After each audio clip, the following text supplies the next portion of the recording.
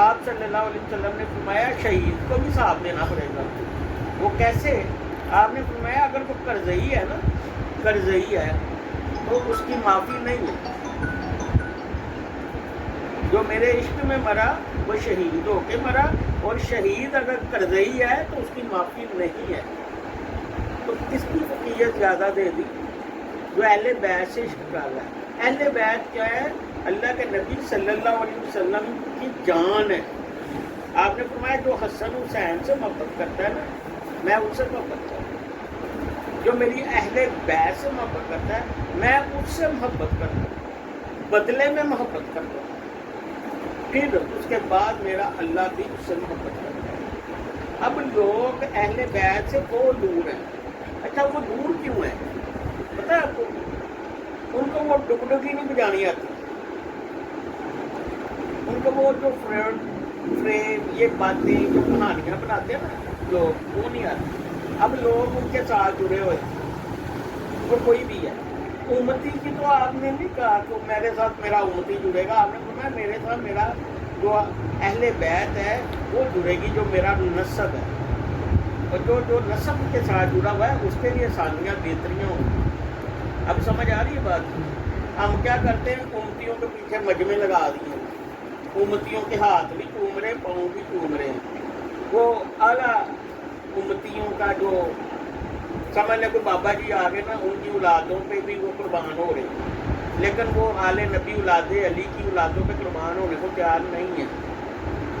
ابھی کوئی کسی پیر صاحب کا بچنا لے لے نا کوئی مرید، اب پیر صاحب کون ہے؟ امتی. اس امتی نے مرید کیا کسی بندے کو، کس گھرانے کی بیعت کروائی اس نے؟ غوث پاک کے گھر کی بیعت کروائی نا، آل نبی اولاد علی کے گھر کی بیعت ہوئی ہے. بیعت تو ہے ہی سید کے گھر کی. اب جناب وہ بابا جی نے اس کو یہ تمیز نہیں سکھائی کہ جب کوئی سید آ جائے نا تم سید کے غلام بن گئے ہو. اس نے سید کا غلام بنایا. اب وہاں پہ سید کو کھڑا کر دے ایک طرف، بابا جی کو کھڑا کرے، وہ بابا جی کے ہاتھ پاؤں چومے گا، اسے سید کے ہاتھ پاؤں نہیں چومے گا، جس کی وجہ سے اس نے جنت میں جانا. سمجھ آ رہی بات کی؟ آپ صلی اللہ علیہ وسلم نے یہ حدیث واضح طور پہ بتائی تھی، جو ان سے پیار کرے گا، محبت کرے گا، وہ جنتی ہوگا. میں اس سے محبت کروں گا، میرا اللہ بھی اس سے محبت کرے گا. اب آ گئی انا پرستی، زور اول. وہاں پہ کیا ہوا؟ یزید نے اہل بیت کو شہید کیا، آل نبی اولاد علی کو شہید کیا. وہ تھے امتی جو شہید کرنے والے بھی. اس میں کیا سید بھی کوئی تھا؟ سید تو شہید ہوئے، سیدوں کو تو قربانی کی گئی، سیدوں کو تو ذبح کیا گیا. لوگوں کو یہ شعور نہیں ہے. ابھی بھی کوئی بابا جی ہو نا، وہ اپنے پیر صاحب کو فضیلت دے گا، سید کو فضیلت نہیں دے گا. سید کے گلے مار جائے گا اپنے بابا جی کی وجہ سے. لیکن جنت میں کس کے لے کے جا رہا ہے؟ اس سید نے جس کے گلے پڑ رہا ہے، وہ جس کو وہ کاٹنے کو تیار ہو. بات سمجھ آ رہی ہے؟ بات یہ ہے جب ہم سیدوں سے جڑیں گے نا پھر ہماری سنوائی ہوگی. ٹھیک ہے؟ اب جو بی بی فاطمہ زہرا انہا کی اولاد ہے نا، جو حضرت علی علیہ السلام کی اولاد، وہ ہیں سادات سید. اب لوگ دیکھیں زین العابدین بچ گئے تھے امام سجاد، ٹھیک ہے، امام حسن کے بھی ایک بیٹے بچے، لیکن ان کو ترجیح نہیں دی جا رہی، ان کی اولادوں کو ترجیح نہیں دی جا رہی. ابھی بھی سید ادھر کھڑا ہو نا، ادھر منہ کر کے تھوک دیں گے. وہ یہ نہیں کہیں گے یار آل نبی اولاد علی کھڑا ہے.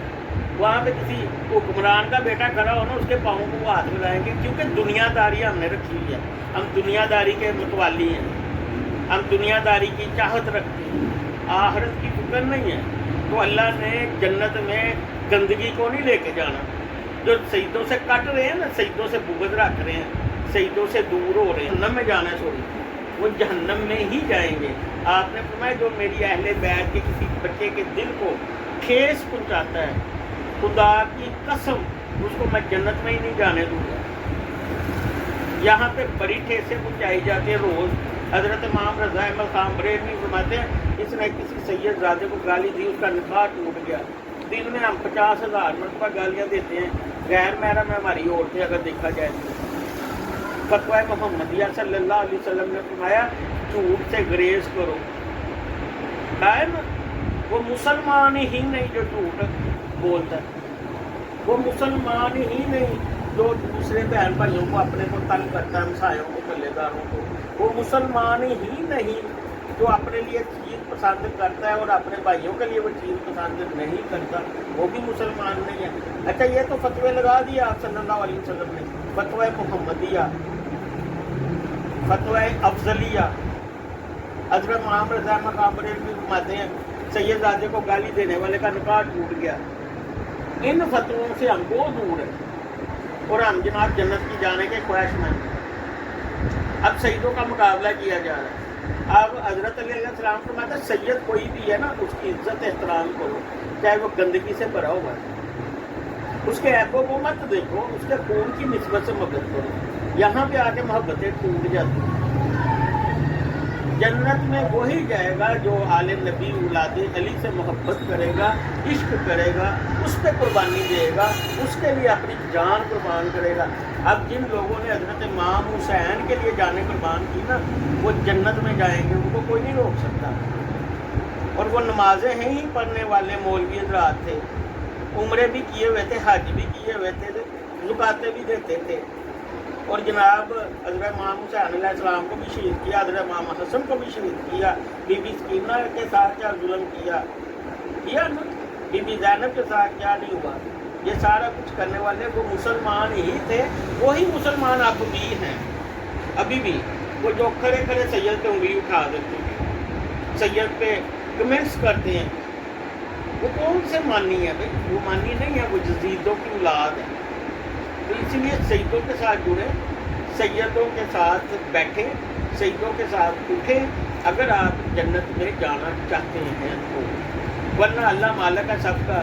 اب یہاں پہ کسی ایسے علماء کرام آ جاتے ہیں, ان کی تو چلے بات ہے, ان کے بیٹوں کی بھی, ان کے آگے نسلوں کو بھی وہ چوم رہے ہیں, وہ بھی آل نبی اولاد علی کے بھی بچوں کو چومو, ان سے بھی اسی طرح محبتیں کرو, محبتوں کا اظہار کرو, ان پہ قربانیاں دو. سید زادے بھوکے بیٹھے ہوئے ہیں, آل نبی اولاد علی بھوکے بیٹھے ہوئے ہیں. اب وہ بیچارے چوریاں نہیں کریں گے تو کیا کریں گے؟ اب وہ نشہ نہیں بیچیں گے تو کیا کریں گے؟ آگے سے پتہ کہتے ہیں سید ہوئے تھے انجے کا کام نہیں ہوتا. اور بھائی سید کو مجبوری آپ نے اتنا کر دیا ہے, اب وہ اگر گناہ کر رہے ہیں نا اپنے لوازمات کے لیے, تو اس کا بھی ذمہ دار یہ امت ہوگی. اگر وہ خمس دیتی, خمس جس کو چھپایا ہوا ہے, آل نبی اولاد علی کو خمس دیتی, ان کی اولادوں کو خمس دیتی, ان کو زکاتیں نہیں لگتی, خیراتیں نہیں لگتی, صدقے نہیں لگتے, جا کے ان کی مٹھی میں رکھ دیتے, لو جی جناب سید زادے ہو, تہاڈی خدمت مہینے بعد, سال بعد, 15 دن بعد, ہفتے بعد, جس کو علم ہو. اب تو اللہ رحم فرمائے سیدوں کی بچیوں سے امتی شادیاں کر رہے ہیں. آپ صلی اللہ علیہ وسلم نے فرمایا اہل بیت کے ایک دن کی بچی پوری امت کی ماں ہے, تو اپنی ماں سے پیار وہ شادی کرتا ہے بندہ, تو پھر ہم کہتے ہیں ہم اللہ کے نبی صلی اللہ علیہ وسلم کو ماننے والی کون؟ بھائی کہاں سے ماننے والی؟ کلمے کا مطلب ہم نہیں سمجھتے, نماز کا مطلب ہم نہیں سمجھتے, عشق اہل بیت ہمارے دل میں نہیں ہے. عشق ہے رسول پیدا کیا ہم نے, عاشق رسول ہیں, لیکن عاشق اہل بیت نہیں ہے. عاشق رسول ہیں, عاشق اہل بیت نہیں. لیکن جو عاشق اہل بیت ہوگا نا وہ عاشق رسول ضرور ہوگا. اس لیے سیدوں کے ساتھ جڑ جانا چاہیے, سیدوں کے پاس بیٹھنا چاہیے. وہ کچھ بھی نہیں نا آپ کو دے رہے, ان کے پاس بھی بیٹھنا عبادت ہو رہی ہے, اس کے پاس بھی بیٹھنا آپ کے لیے سمجھ لیں جنت کے لیے کچھ نہ کچھ آسانی پیدا ہو رہی ہے.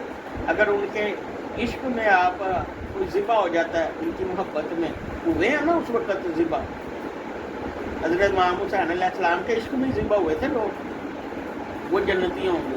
اب ان کی نسلوں کے لیے محبت پیدا کریں, ان کی نسلوں سے چاہت کریں, ان کی نسلوں کو مقام دیں. اگر ہم یہ سوچیں تو انشاءاللہ تعالی خوش, اللہ بھی خوش, پھر اللہ کے نبی بھی ان سے پیار کرے گا. تو یہ اس لیے آپ کو کوئی بھی ایسے سید زادے ہوں, گلی محلے میں بھی ہوں نا, تو ان کی عزت احترام کرنا چاہیے, ان کے ہاتھوں کو چومنا چاہیے. ان کے اندر سے خون کی نسبت سے تعلق ہو جاتا ہے, آپ کا خوشبو آتی ہے. ٹھیک ہے, آل نبی اولاد علی کا مقام ہی ایک علیحدہ ہے. دنیا داری اس کو مقام دے یا نہ دے, اللہ نے مقام دیا ہوا ہے. اللہ تو کہہ رہا ہے نماز میں درود شریف پڑھو، ابراہیمی پڑھو، وہ تو دیکھیں نا حسین کی نسل پہ بھی درود پڑھا جا رہا ہے۔ باقی اللہ تعالیٰ یا ان سب کا حافظ ہے، ان کو ہدایت عطا فرمائے۔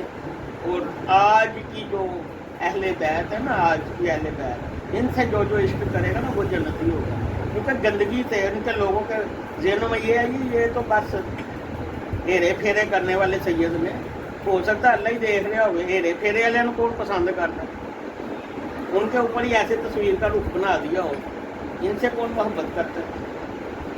ہیرے پھیرے والے سید کو بھوکا مار چھوڑو، کالے نبی اولادے علی ایسی ہیرے پھیرے والے دی بھی خدمت کرو تے کیرے میرے والے دی بھی کرو، سب دیا خدمت کرو، ہر لحاظ نال خدمت کرو، کیونکہ وہ محبت، وہ حقیقت، وہ خدمت ہے جو ان سے کرتا ہے۔ اللہ کے نبی فرماتے ہیں جو ان سے محبت کرتا ہے، ان کے لوازمات کو پورا کرتا ہے، ان پہ احسان کرتا ہے، اس کا بدلہ ہی میں نے دینا ہے۔ جب ہم لوگوں نے یہ سوچ لینا نا تو انشاءاللہ تعالیٰ اللہ کے حکم سے آسانیاں پیدا ہوں گی۔ یہ روز بروز جو ہمارا نظام بگڑ رہا ہے، خراب ہو رہا ہے، اس لیے اگر ہم حکومت ہی دینا شروع کر دیں نا اہل بیت کو، تو اللہ کے حکم سے اللہ کے نبی بھی خوش ہو جائیں گے اور مقام بھی ہو جائے گا۔